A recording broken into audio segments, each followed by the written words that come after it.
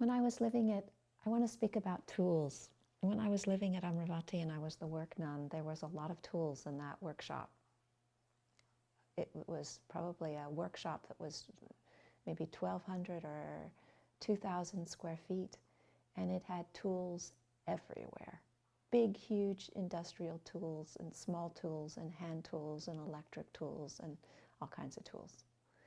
But the reality is that even though there were a vast number of tools and every tool had its application, there were only a handful of tools that we used regularly. And I think this is actually true in our practice.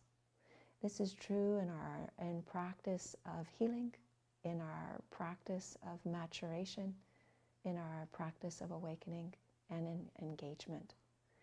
And if I just talk about 5 of the most common tools that I use,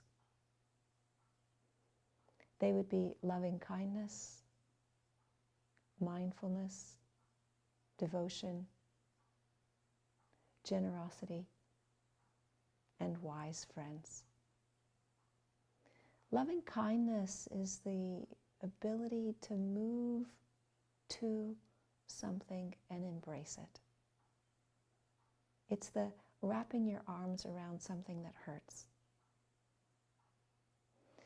Mindfulness is the ability to observe without making a story about it.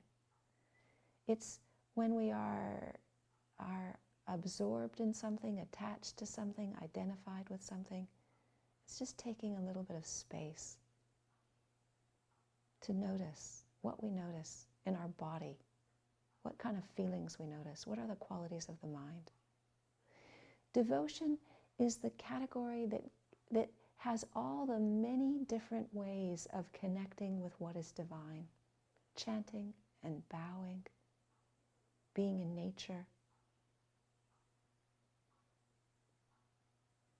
allowing ourselves to open up to what is ever present and timeless and unconditioned.